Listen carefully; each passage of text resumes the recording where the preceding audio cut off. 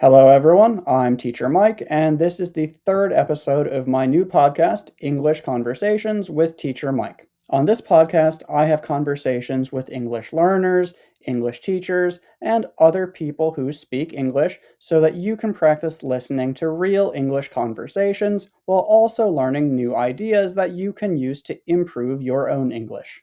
Our guest today is another friend and former coworker who I've actually worked with twice. First at a language learning center for adults, and then later at a company that teaches employees at international companies how to communicate effectively when working with people from other cultures.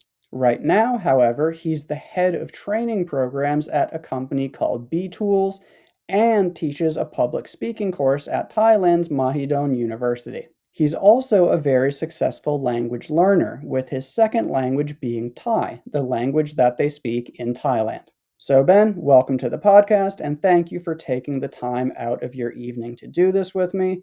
Obviously, I just told everyone a little bit about your career, but could you go ahead and just introduce yourself as if I hadn't just done that? Sure, Mike. Thanks for inviting me on the podcast. Glad to be here.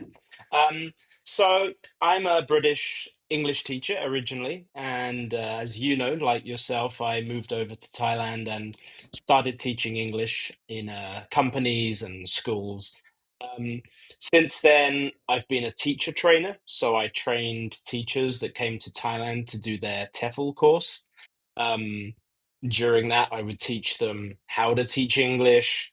Um, Interference from second language learners such as Thai learners, the interference from Thai on English and Thai culture as well. And since then, we worked together at the language center. I was there setting up their corporate training program, and by the end, I was kind of running the school and the company. And since then, I've mostly focused on the corporate side. So now what I do is I set up and corporate training programs. I do some of them myself, and I'm also a teacher at Mahidol University, where I'm the coordinator for public speaking and advanced public speaking. Thank you. And for anyone who doesn't really understand, what is corporate training? That's a good question. So, I mean, obviously, corporate training in general could be any kind of training that a company might organize for their staff. Um, and we do quite a lot of different types of training at B Tools. Team building, soft skills training, and language, not just English, Chinese, Thai. But I guess the easy way to explain it is, there's lots of reasons why a business person or a company might want to invest in learning. Okay. And just language learners, there's more than one reason to learn English, right? So we sometimes organize just very general language training at companies, and some of them have studied for up to 10 years with us, Um, and that's just a very general four skills language development program. So it develops your skills, the way most learners do at the same time, and just trying to improve overall English. Corporate training is more about solving the problem that the clients have. If they just want language training because their staff have requested it and enjoy it, that's great, but usually there's a more specific reason for the training. um, I know you worked in a hotel, and we have a lot of hotel clients, so that's a perfect example because they often have a short amount of time to get their staff ready. The staff are already working, they're already talking to guests every day. So, what you really need to do is help them with that as quickly as possible. And then, if that involves specific language, then we'll do that. If it involves specific skills, then we'll focus on that. So, that's really the difference. And something that we'll probably talk about a little bit in this episode is soft skills. So, what are soft skills, and how do they come into that? What you're talking about right now? Soft skills are really any human skill that that isn't a hard skill. Let's just put it that way. So a hard skill would be something like coding, and a lot of people would say English is a hard skill because it's a checkbox that's easily ticked. But human skills are what help us connect to people, communicate better, things like empathy, things like communication skills, stuff like that, public speaking also. And so things like teaching soft skills and communication coaching, how is the process of that different from the process of teaching English? What would you say? I think that depends on the context in which you're teaching English. So to me, what controls English courses more than anything else is the situation you're working in. If you're working in a high school, you have to follow the high school curriculum, the hours you get, what you're allowed to teach. They're pretty much defined.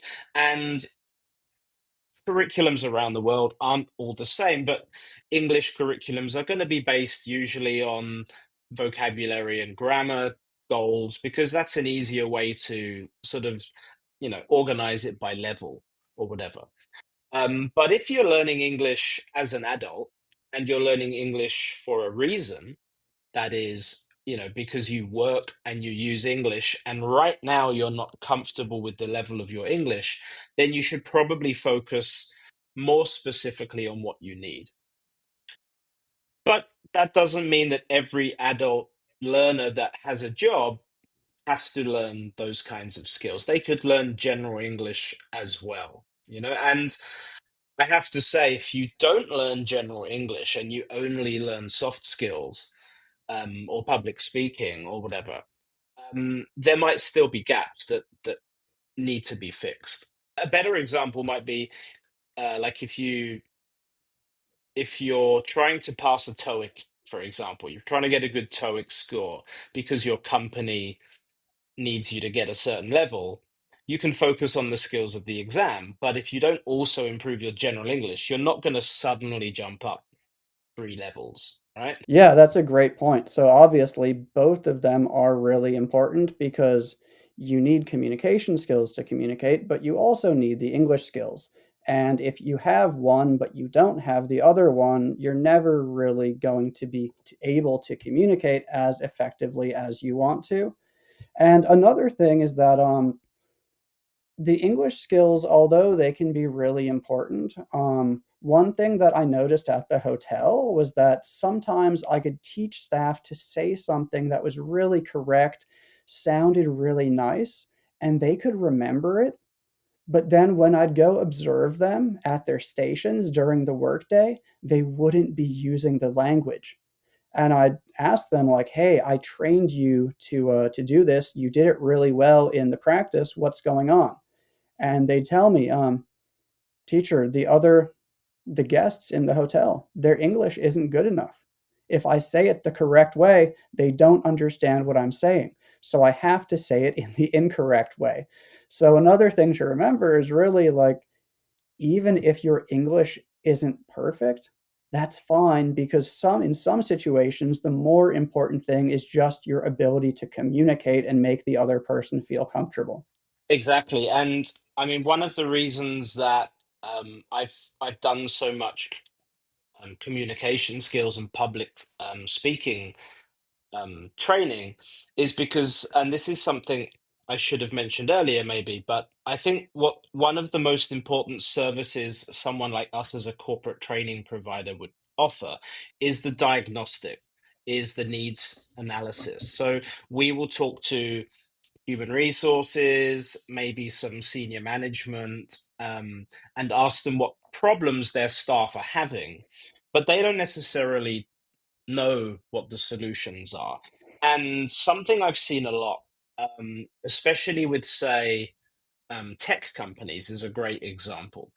Um, there's been more than one occasion when I've been, visiting a tech company. They want help training their staff to speak better in English. The first thing we'll do is test their level of English.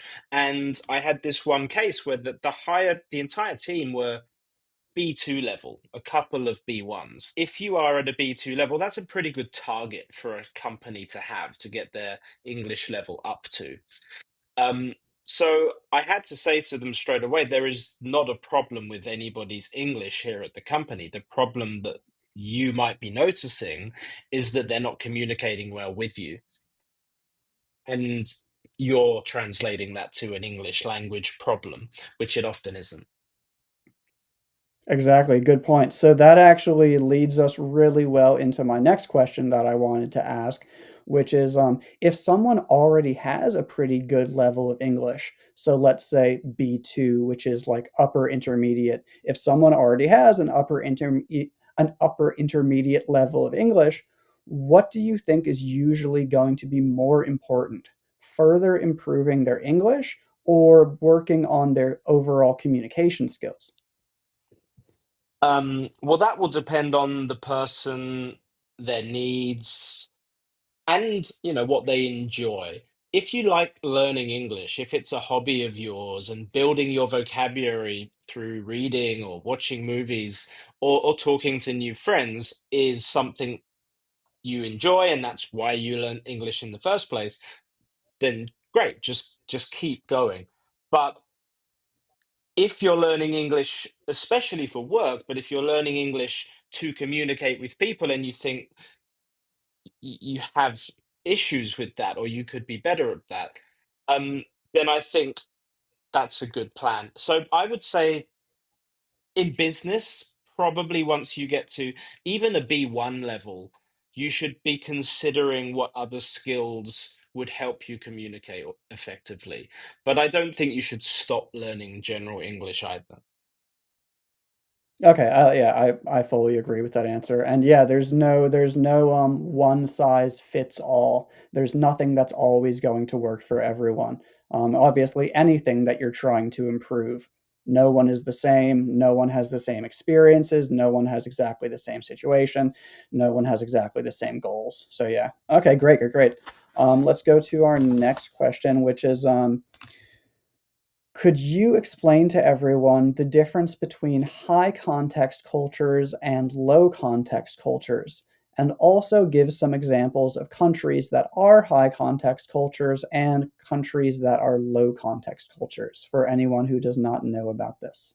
Okay, well let's use some examples that you and I can both resonate with. So Thailand, where I live, is certainly a high context culture, and Japan is a great example of a high context culture. What does that mean? Um, High context means that the context of being a Thai person in Thailand or a Japanese person in Japan um, is a shared one. It means that you share a lot of the same reference points during your life with that group of people, with the people from your country. So you look at Japan and Thailand, they both speak unique languages that other countries really don't. That alone means they're going to be talking in very different ways. And they're quite closed cultures, or they have been quite traditionally closed cultures and very strong cultures, so it's a positive thing.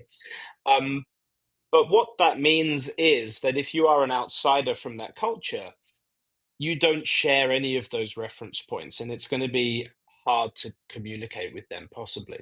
Could you explain a little bit more about what you mean by reference points? So, like, for example, the culture of business is the same for everybody, relationships, hierarchy, but even things like the way people cook, the way people do laundry, or like silly daytime tasks that we take for granted. Um, Somebody once, I once read a book called Thai Culture, and they said there's always a Thai way to do something. And that's a pretty good sort of definition, It's just, it might be an everyday thing to them, and no one else in the world does it. Now, low context cultures, like the easiest example to explain is where you come from, the United States of America, right? So the United States of America is a country of immigrants. You have people from all over the world that live there and have done for a very, very long time. So what that means is you can't just go to work and assume everybody is like you and everyone has the same background growing up as you because your neighbor could be Italian, Puerto Rican, Irish, or whatever. So what that means is you have to adapt, especially your communication, to to be understood by all of these different people. So it sounds like you're saying that a high context culture is basically one where the culture and the history and the traditions and the way that people do everything in their daily life affects how they think about everything and how they do everything. And so sometimes, oh, often, all of those things affect the way that they communicate. So you might say something, and someone, let's say a Thai person says something um, in English or in Thai, and all of the other Thai people can understand what that person means because they have the same history, the same traditions, the same mindset. But even though an American person understands the language that that person is using when they say that thing, because they don't have the historical knowledge, the same mindset, the same traditions, they might interpret the message to mean something a little bit different, right? Yeah, and we often talk about cultures like Japan and Thailand and China. We talk about people reading the air, like it's not what is said sometimes, but what isn't said. And that only works when you know what the other people are thinking. It's a bit like when you have your friend group in high school. The way that the level at which you understand your friends when you're 15 years old that you grew up with, you don't need to say much and you know what the person's going to say next and things like that. I think a good example of that is when I was working in the hotel that I worked in. Previously, most of my managers had been British or American, but in the hotel, I now had a manager who was Thai. And because she lived and worked in the UK for several years, I assumed that she would communicate with me, an American, more in the American or British style. Hmm. So one day she said to me, "Oh, the way that you're doing this is very interesting." And my understanding of that at first was, "Oh, she thinks it's interesting. She likes it." But really, she was communicating the more Thai way, which would be a little bit softer, not so direct, don't say exactly what you mean. And what she really meant was, "I don't like the way that you're doing it." Yeah, yeah. But I perceived it the opposite way, so I made some mistakes. That's an example I've seen a lot. When I used to, I've managed a lot of English teachers in my time, and I once had I was once running a company where we had to send teachers to high schools. And the high schools are very traditional, very Thai. That's fine, and it would only be our staff that we sent there that were outsiders at all. So you can imagine this high context culture really existing somewhere like that. And I once got a phone call from a school. I had to then travel across town to go and speak to this teacher so I could tell him, the school don't like the shirt you're wearing today. And when I told him that, the first thing he said was, "That's funny because like three people have come up to me today and said, I really like your shirt." And I said, "Yeah, that means they hate your shirt. You shouldn't be wearing it at school." Yeah, very good example, very good example. So you understand the language, but you don't understand the message. Um, which again, back to the point, American people usually are going to tell you what they mean. The language that they use is what they say is what they mean. Whereas in high context cultures, what they say might be the opposite of what they mean. And I like what you said about how this is because the United States is a country of immigrants, also because it's a much more recent country. It hasn't been around for very long. So we don't have a long history with a long culture that everyone thinks about in their daily life. And most countries do have something like that. Um, Good. So what are some of the biggest mistakes that people from high context cultures like Thailand or Japan make when trying to communicate with people from low context cultures like the US or the UK? I think the biggest issue, I'm talking most, I think I can say with confidence this would be fair for Thai people and Japanese people. But I think basically the example you just gave is that they don't speak candidly enough. You know, they don't say what they mean enough. And they often think that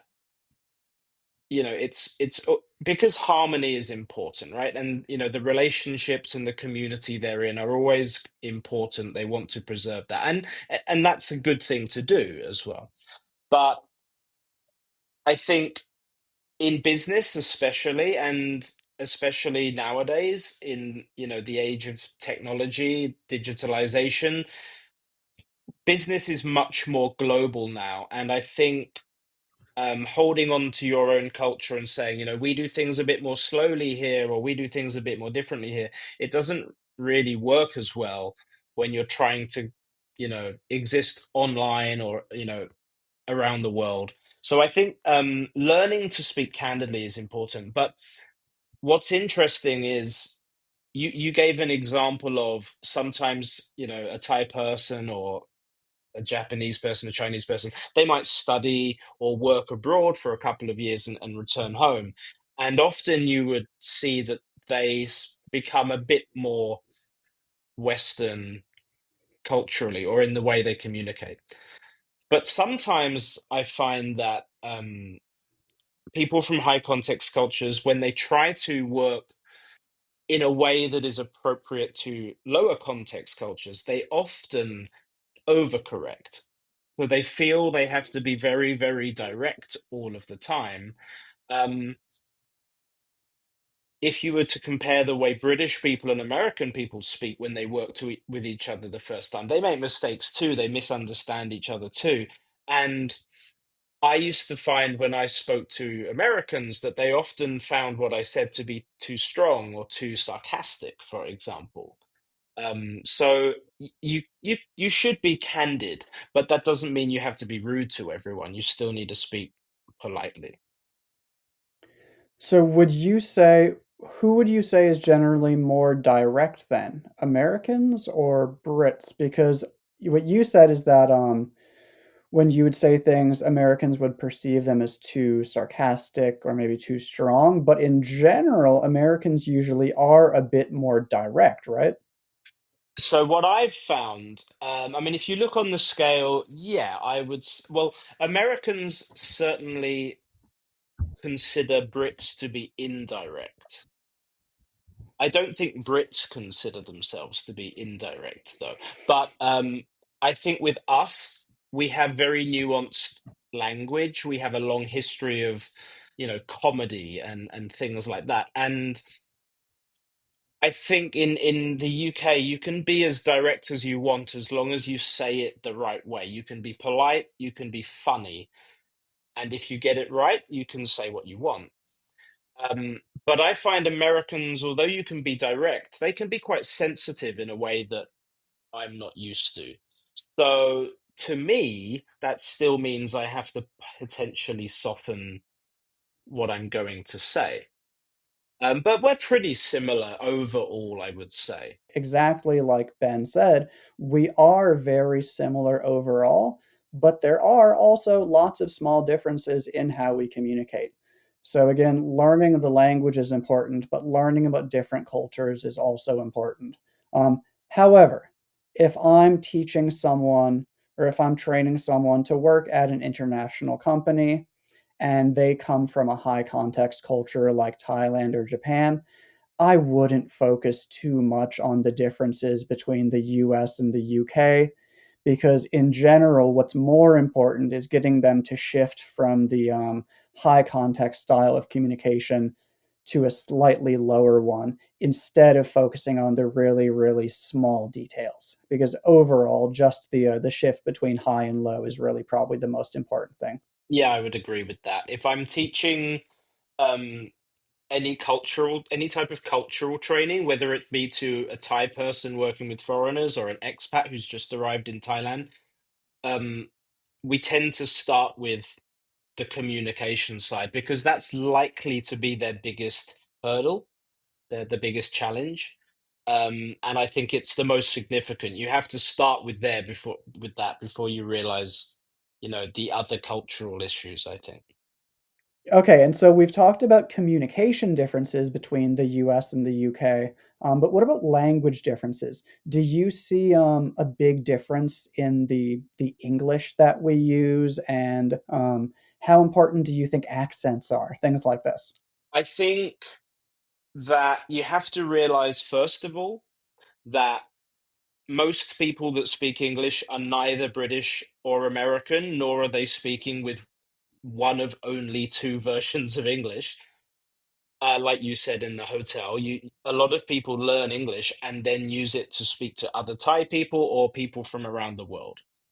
So you have to just accept that not everyone's going to speak English one way. The reality is, apart from accents, we speak the same language. So I don't think people should focus too much on accents or regional variations. And I want to talk more about you learning Thai, but before we go to that, I wanted to ask you one other slightly different question before we shift into language learning. So before we go to language learning, as someone who teaches public speaking at the university level, what is the main piece of advice or main pieces of advice that you would give to someone who is trying to improve their public speaking?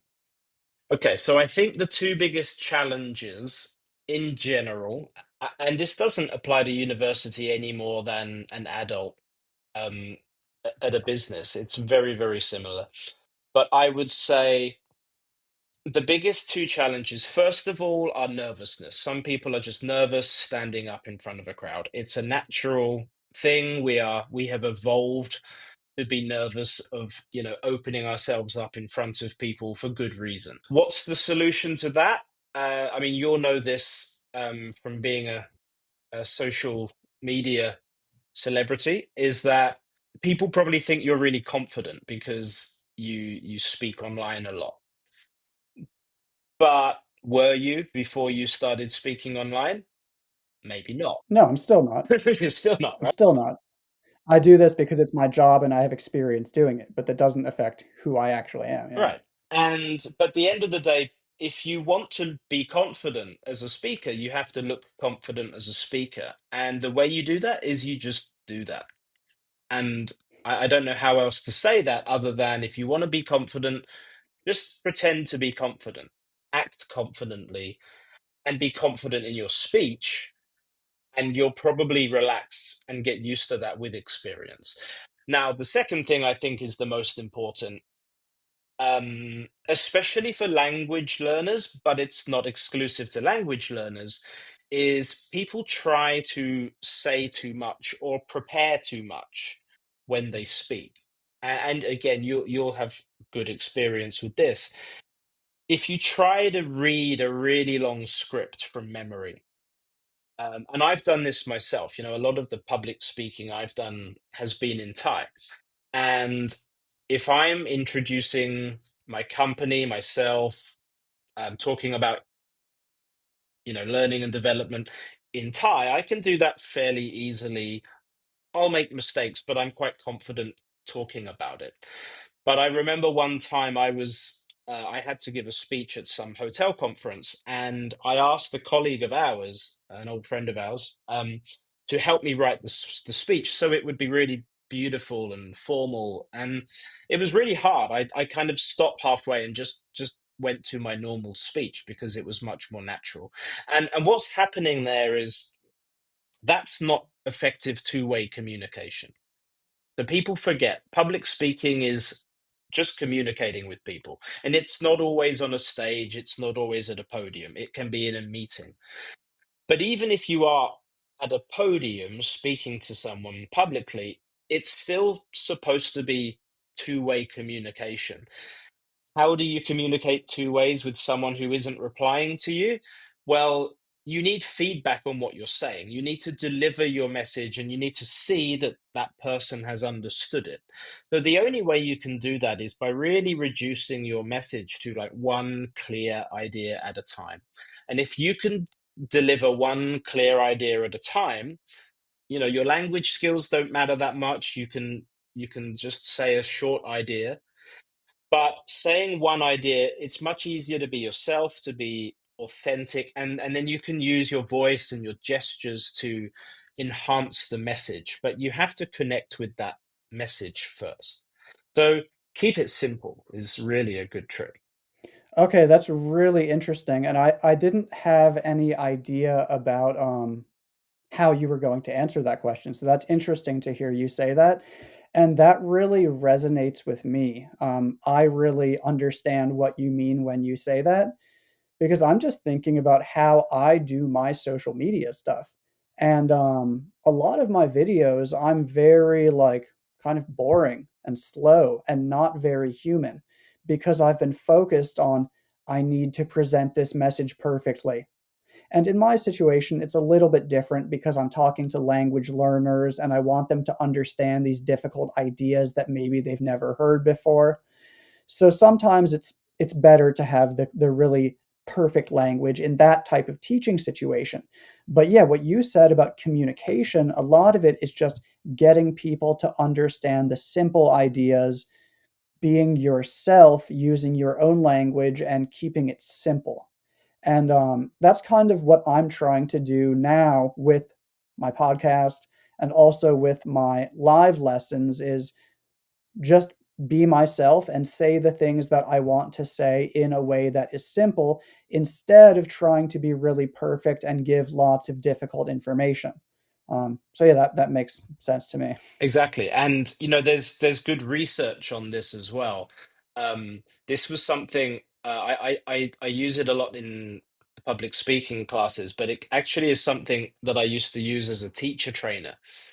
There was some studies done uh, in the 70s about teachers actually, and they actually tried to identify what are the three most important characteristics that a teacher should have. And it turns out that the top three were respect, empathy, and authenticity. But they went a little further and they tried to decide which was the most important of those three, and it was authenticity.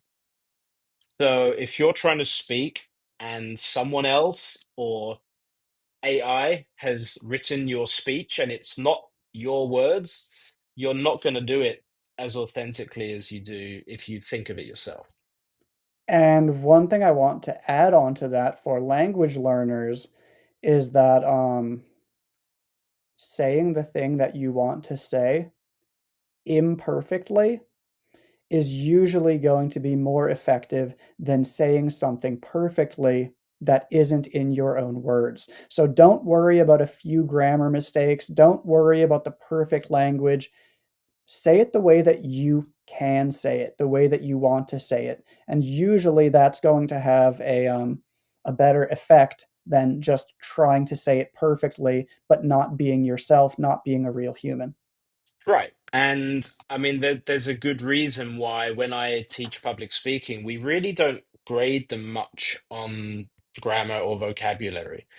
For lower level students, I would provide them access to that. So, sometimes they might need help forming sentences because their language, they don't have that idea yet, but they still have to choose the words that are easier for them.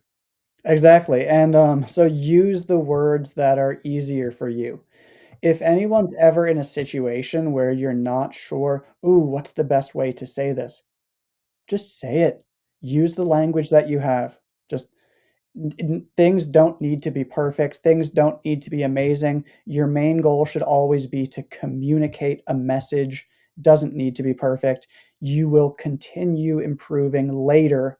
Right now, during the conversation, just do what you can. Pay attention to the things that you're uncomfortable with so that you can try to fix them later, try to improve them later if that's your goal. But during a conversation, just say what you can. I like that. Good, good, good. Now, I want to change the topic to you as a Thai language learner. Um, so, can you remind me how long? I think you've been living in Thailand for 20 years, more than 20? It'll be 25 in February. Wow, okay. So 25 years. How would you describe your Thai?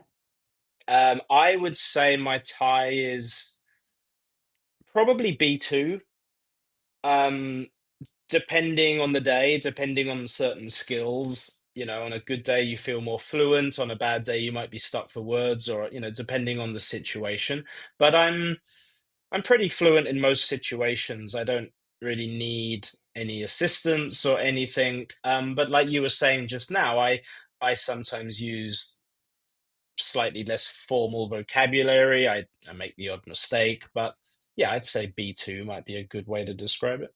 Okay, interesting. I would have guessed probably closer to C1, which is like advanced, just based on how well Ben can communicate.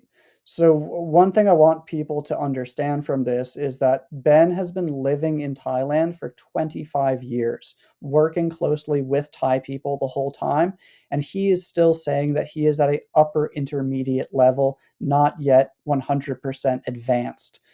And he actually has spent a long time studying Thai, and he can communicate really well. His Thai is probably at least twice as good as mine is, and I think mine is pretty good. So, what I want you guys to understand is that a lot of you are saying things like, I've been studying English for 4 years and I'm not fluent yet.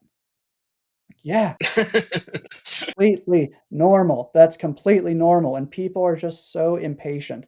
And I'm not criticizing by saying that they're impatient.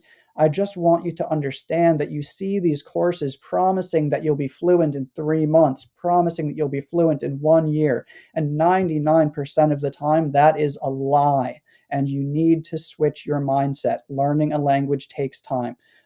But can you tell us about what you have done to how did you learn Thai? Okay, so I think that the first thing I want to say is that I'm not good with languages in general. I don't have any unique, like photogenic language skill. When I was at school, I took French, Spanish. I don't speak those languages now at all. I've tried studying Chinese, a little bit of Japanese. I mean, a couple of lessons, and I just sort of gave up. I just decided, I don't think I'm going to be as successful in these languages as I have been with Thai. I I'm not going to bother. Um, I think I was lucky in some senses when I came to Thailand. I think my age may have been a factor to some extent. I was 19 when I first visited Thailand. I was 21 when I moved here.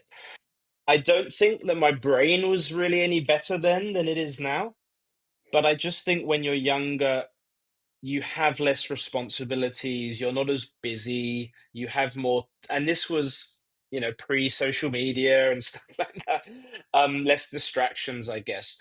Um, but but honestly, I think the reason why I learnt Thai more effectively, first of all, I spent 2 years in Thailand before I studied Thai at all.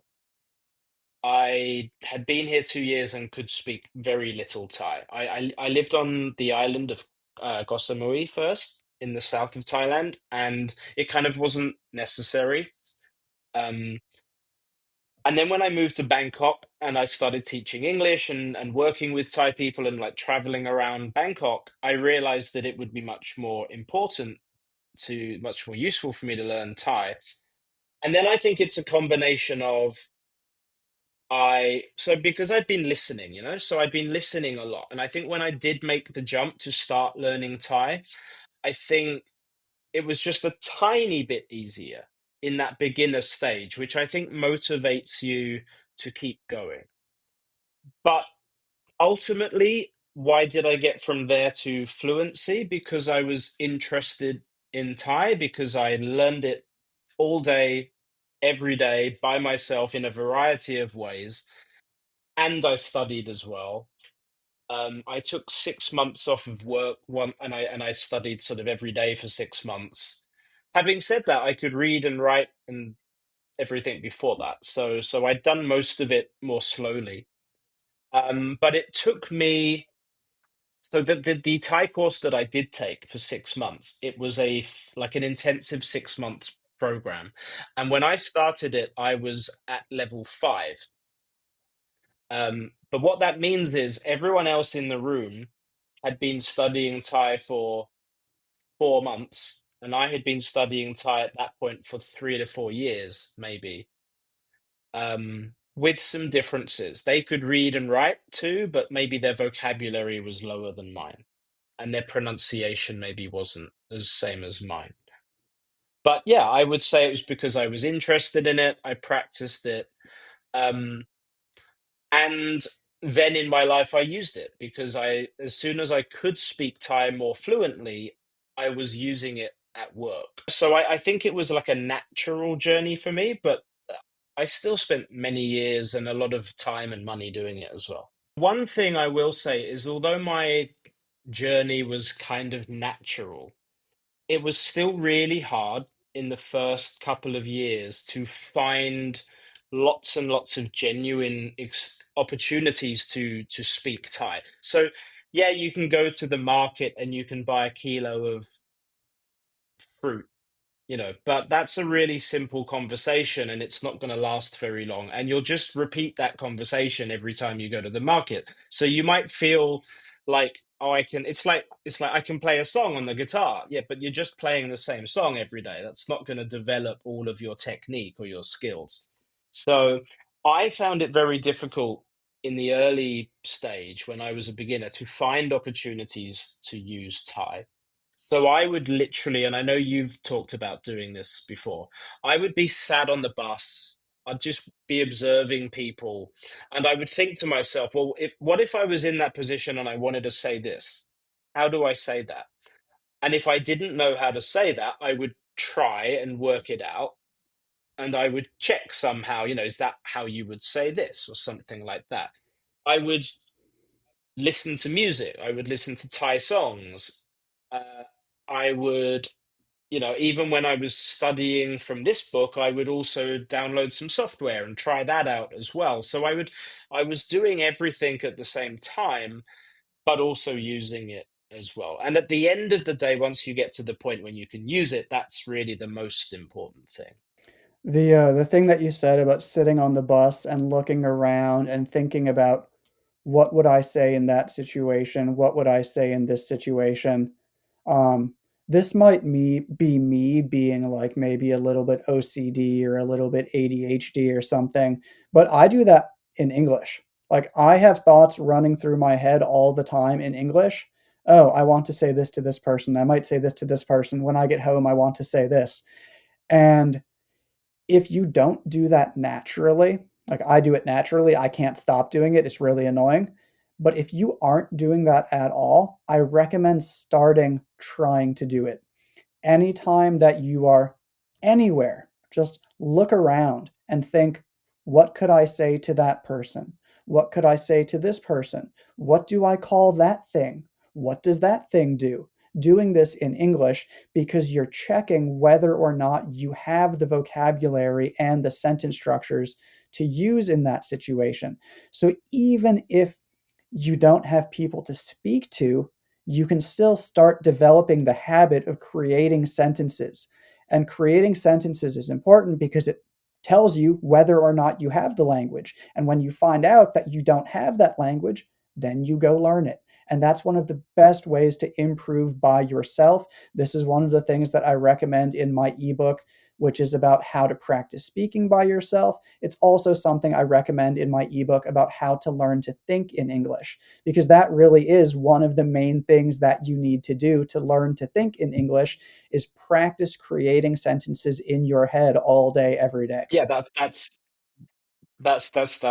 how that starts. I mean, and that works for other things as well. I mean, how you don't become a good negotiator by just trying it the first time and hoping it works, because it wouldn't work. You need to prepare and plan, what might I say? What are they going to say? Well, what could I say if they say this? And, you know, that's again, it's part of being self-aware, not just, where am I now? What are my gaps? But how am I going to fill those gaps myself? You can't wait for your teacher to notice everything. You can't wait for every situation to arise in real life and be prepared for it. So you have to be aware. So this is one thing I want people to understand is that they say, "Oh, I don't need to speak by myself. I don't need to do these activities because I have real conversations." And it's like, yeah, having real conversations is good, but that's not really practicing because practicing in my opinion is choosing the things that you want to say and choosing things based on what you know you need to improve, based on what you know you need to learn. I know that I don't know how to use this word 100% yet, so I'm going to practice creating some new sentences with it. I'm going to check them somehow, and then I'm going to say them to myself 20 times, 100 times until I feel comfortable. And if you only have conversations with people, you can't do that because in a conversation, you're replying to the situation that you're in, you're replying to the things that that person says. You really can't take the time to focus on your own weaknesses and the things that you need to improve. You're just following what's happening in the world around you. And yeah, that's a good thing to do. It's better to do it than to not do it. You should be doing it a lot, but you're not really practicing. And if you're not practicing, you're probably not going to improve very much. If you wait until you have a real conversation, I mean, how many real conversations are you having, and are you really covering absolutely everything? It doesn't work like that. If you could perform on a stage, you could be a world-class guitarist. First of all, they're not getting on that stage unless they've been practicing for like hours a day for years. Okay, but also you couldn't just learn by doing the same songs over again. I'm married to a Thai person as well. We've actually only been married a few years, so I spoke Thai long before I was married. If I a question I get asked a lot as a Thai speaker, as a Thai learner in Thailand, is are you married? And if I say yeah, I'm married, often they will say, oh, I see, like, oh, so that's how you learn Thai. And I'm like, no, no, I'm married to this person because I speak Thai, not the other way around. But also, being married to a Thai person doesn't help your Thai all that much. It does, but again, what conversations are you having? It's after a while, it's pass me this, shut the door. You do still repeat things. You're not going to cover every single context with your spouse or at work. You have to practice. I'm glad that you mentioned that because that's a really common misconception. Lots of people believe this, and it's just not true. I have people say this to me all the time. Oh, you speak Thai well. Your wife must be Thai. And it's like, my Thai would probably be better if my wife were not Thai. Because honestly, it makes it so that if there's a difficult situation, I'll just have her communicate for me. Instead of me trying to learn the new language that I need to use, I'll just say, "Hey, I don't understand this. Please talk to this person for me." And it's much more likely as well, if a foreigner is married to a Thai person, it's much more likely that they'll start off that relationship speaking in English, and probably it will stay that way. And in your case, your wife lives in America now, so she should be speaking English, and I'm sure you speak English at home in front of your family and stuff, right? And even in the case of any other person who is an English speaker married to someone from another country, especially a country like Thailand, where knowing Thai is only useful if you talk to Thai people. But knowing English is useful for everybody who plans on communicating with people from other countries. So, in general, if someone is married to a Thai person, the Thai person probably wants the opportunity to practice English because them learning English is probably a lot more important than you learning Thai. But what is the main piece of advice that you would give someone who wants to get their English to the level that your Thai is at, to an upper intermediate or advanced level? Um, I wouldn't recommend anybody sets their target at advanced. Um, Upper intermediate, I think, is good, but you could set, if you set a goal as a, if you're say A1 at the beginning, if you set a goal at B1, that's still quite far away. I think the first step definitely is being self-aware and understanding how to learn English and what it means to learn English and how long it takes to learn English. It's pretty simple when you start breaking it down. You and I know that, one book for an English level has got a good 100 hours in it or more. People are going to learn that book and they're going to want to practice outside of the classroom. So just one level alone, you're looking at, say, 200 hours. When you look at the skills, listening, speaking, reading, writing, vocabulary, grammar, pronunciation, and especially vocab, obviously the number of words, the level of words you need. If you understand all of those things, you don't, and I'm not talking about very technical grammar necessarily, but just understand what the skills are, how long they take, where you are and where you need to get to. You'll have a much more realistic idea of what to do. And I think some people can motivate themselves and study quite well by themselves, and some people can't. As a self motivated learner, I did do a lot of the work myself because I enjoyed it and because I'm a teacher. So I guess I have that ability or knowledge. But I needed some help with some of the difficult things as well. So I think you've got to understand what needs to be done by you. Don't expect someone to do it for you, uh, but get help for the things that you need to be pushed a bit harder for. How does one get help? Or let me change the question. So you have a lot of experience teaching English as well as other types of training. You also have a lot of experience as a language learner. And like you said, you've done a lot of, well, your intensive lessons with a real teacher. So I don't talk very often about the importance of studying with teachers because most of my audience, they're watching free videos. Many of them don't want to pay for a teacher. However, I think that paying for a teacher, if you can, is absolutely one of the best things that you can do. Do you agree with that? Why or why not?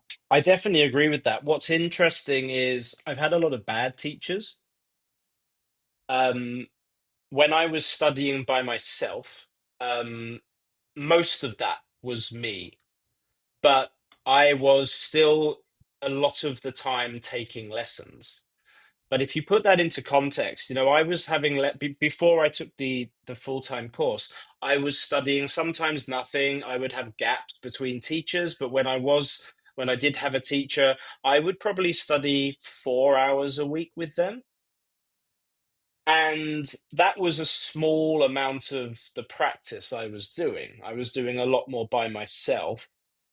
But even when the teachers I had in the early days were sort of friends of friends and they weren't really professional, but it still really helped my personal motivation outside of class as well. So it helped keep me on track. It helped me not give up.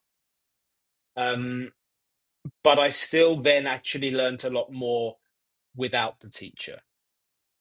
So, you said about some of your students don't want to spend money.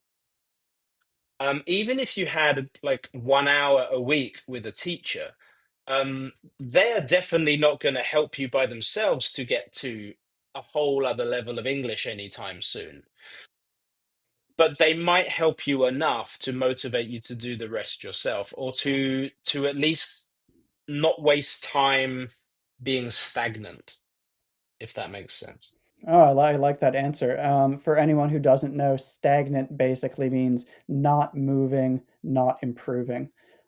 Yeah, I like that answer. And that's kind of one of the first things that I tell my private students is, look, my lessons are not going to magically improve your English. The real benefit of learning with me is that I can tell you what you need to do to improve. I can help make sure that you are doing the things that you need to do. I can help keep you focused. I can help motivate you. I can help you design realistic goals. Um, it's very different from a group lesson because when people go to a language school and they take group lessons, the teacher is only speaking maybe 20 to 40% of the time. The rest of the time, it's about practice. Group lessons are about practice. You're having a conversation. This is person A, this is person B. Hello, hello, how are you? Hello, how are you? Switch. Okay, now do the same thing. So, group lessons, you really get practice having conversations. But when you do one on one lessons with a teacher, sometimes, yes, sometimes it's a lot of conversation. But honestly, my lessons are mostly, did you do your homework? And you wouldn't have done that homework if I hadn't given it to you.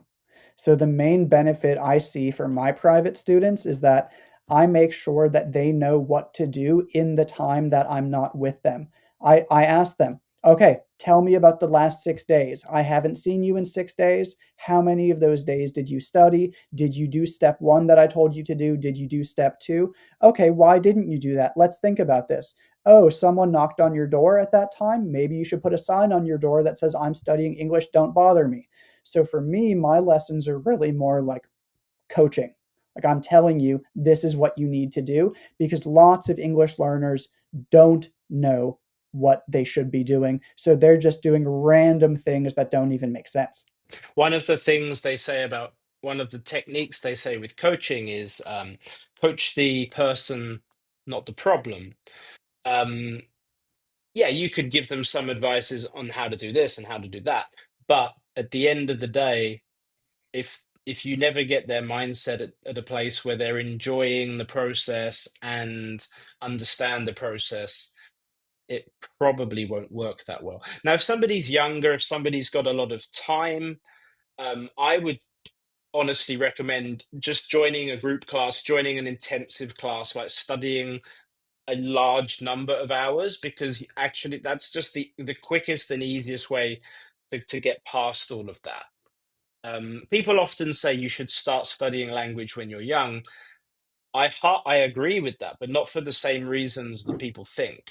It's not just magically easy when you're young, but you probably have the time that you can just attend a large number of lessons in a row, and that will push you, even though you don't know what you're doing. So a lot of Thai learners that are good at English, it's because they covered that in school and they don't even remember the process, maybe. But yeah, once you get to once you get to an adult level, and I'm sure most of your followers are adults and maybe have jobs or families. Yeah, you do need to find the time and you do need to motivate yourself. It can be harder, but if you do it, it will work. I like what you said about how taking group lessons just to get all of the hours really. So I want to go back to what I said about my private lessons is that I don't recommend that beginners take private lessons. Correct. Um, Private lessons are better for people who are much more advanced and who already know a lot of the language and just need guidance in order to improve small things and focus on their specific weaknesses that they have. But if you're trying to get from a beginner to an intermediate level, I'd say the best thing is yeah, take group lessons. You could take 3 group lessons a day, and that would cost you the same amount as one private lesson, basically. And when you're at the beginner, upper beginner, lower intermediate level, the most important thing is that you're spending more time with the language, listening, speaking, not learning lots of really advanced ideas, but just getting the practice. So yeah, I think that group lessons are generally the best thing for almost everyone unless they are at an advanced level and they need specific coaching. Um, how do you think that AI is going to affect the importance of teachers in language learning, or do you think it's going to? I mean, obviously, it will affect it because there will be new tools, not just ChatGPT as it exists now, but whatever is next. There will obviously be tools that help language learners. Um, and if you're talking about language learners on like language teachers on like a huge scale, of course those numbers will go down, but I'm not particularly concerned in the short term, at least, for like my role, because I still think even with access to some of these tools, people need to be pushed to do the harder things themselves. There are already uh, there have been software language tools available for a very long time that claim to be able to teach you a language without the use of teachers, and very few people I've ever met have used them exclusively to great success. I used, in the early days of my Thai learning, there were things like Rosetta Stone, and there were audio books and stuff like that. I tried them all, and some of them were great, but it represented a very small part of what I was doing.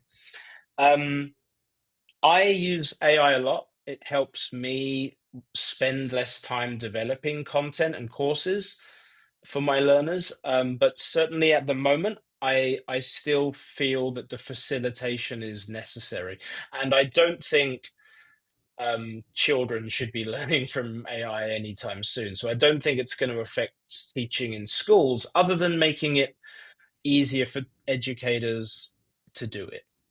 But I'm sure, yeah, there will come a point. Um, will we be wearing wearable devices that translate things soon? Yeah, we will. But is that the same as thinking by yourself in the language? I don't see that it is. So I think we're okay for a while, personally. Okay, interesting. Yeah, I pretty much agree with everything you said. Um, the only thing I'd like to add is that AI, or if someone's, I have lots of students who say I don't need a teacher because I use ChatGPT. And you're not going to get comfortable having real conversations with real humans until you have real conversations with real humans. Because when you have a real conversation with a real human, there's the pressure from that situation. With ChatGPT, there's no pressure. And so it's good to practice without the pressure. But if you want to be able to do things in situations where there are pressure, you need to practice doing it in the situations with the pressure sometimes. Also, if so, like I said earlier, my role as a private teacher is not always just about correcting the language. It's about making sure that they know exactly what they need to be doing. Right. And yes, AI could be helpful with that, but they would need to know the prompts to give AI. So they would need a teacher basically to go to AI and say, hey, I need you to make sure I'm doing this. I need you to make sure I'm doing this. I want to be able to do this. I need to spend this much time doing this. Please help me design a program. Yeah. And obviously, if they're really smart, maybe they could find a way to get AI to do that without them having that knowledge. But right now, it really seems like to get the benefit of a teacher from AI, you would have to be a teacher. Like, I think I could get AI to really help me design some programs for myself and stuff, but that's because I'm a teacher. I know what I should be doing already. Right. Maybe AI will be able to do that without a teacher, but right now it seems very unlikely. And, so I use AI in part for course development, and I pay for it. Because I use it a lot. And what I have to do to get a good quality, just a single slide deck, I have to input a huge amount of resources, vocab lists, previous courses that I've designed by myself, and things like that, and say, right, I want you to follow this format, make this for me, and use this type of vocabulary, use these skills, don't cover this, do cover that, make sure the activity works like this and not like this. And even then, it won't do it completely correctly, and I will have to re-prompt it or at the end edit it myself. So I can create a really good course using ChatGPT, but I don't believe any of the students I teach at university, and they're tech students, I don't believe any of them could do that as well. I have similarly asked ChatGPT, make a guitar course for me. I want to get back into learning the guitar, and I know about learning, so I know maybe what my gaps are and things like that. It can do it, but again, it doesn't look to me like a high quality course, and well, I didn't do it, so there there you go. So I'm like, I talk about guitar now, which is off topic, but like I'm like seriously considering what we were talking about before, getting a guy to teach me for 1 hour a week, just so I can work out or confirm where my gaps are and get some ideas for what I should be doing to improve the techniques that I currently am not able to do. And what's crazy is we're talking about this very like high level of designing courses to help us improve because we know that that's the real advantage of having a teacher, having a school, is that there's a system in place that knows exactly what you need to do and should be doing. And the people who are saying that they don't need teachers anymore because they have AI, they're not even doing this. They're probably just saying, hey, AI, have a conversation with me. Hey, AI, correct my English. And they don't understand that that's not really what a teacher does. The teacher does have conversations, they do correct things, but they do a lot more than that. And I feel like people just don't really understand what teachers actually do and what the benefit of learning with one actually is. Like you said, that is really not the full experience of communicating with people. So it's like I said, it's no different in my eyes at the moment than when I was using some cassette tapes 15 years ago, or some CDs. Yeah, some of them were really good and I really liked the quality and they really helped me with one skill. But I wouldn't have learnt Thai if I just sat in a room all day with that. Yeah, I 100% agree with you on that. And I think that this is actually a great place to end the episode. So, Ben, thank you very much for being here, doing this with me. I'm sure everyone appreciates the information that you've given them. Thank you very My much. pleasure, Mike. Great talking to you. Take care. So, yeah, that's all for episode 3. As usual, if you have any questions about the things that we talked about in this episode, or if you have any questions for how I can improve this podcast in the future, please make sure to leave a comment.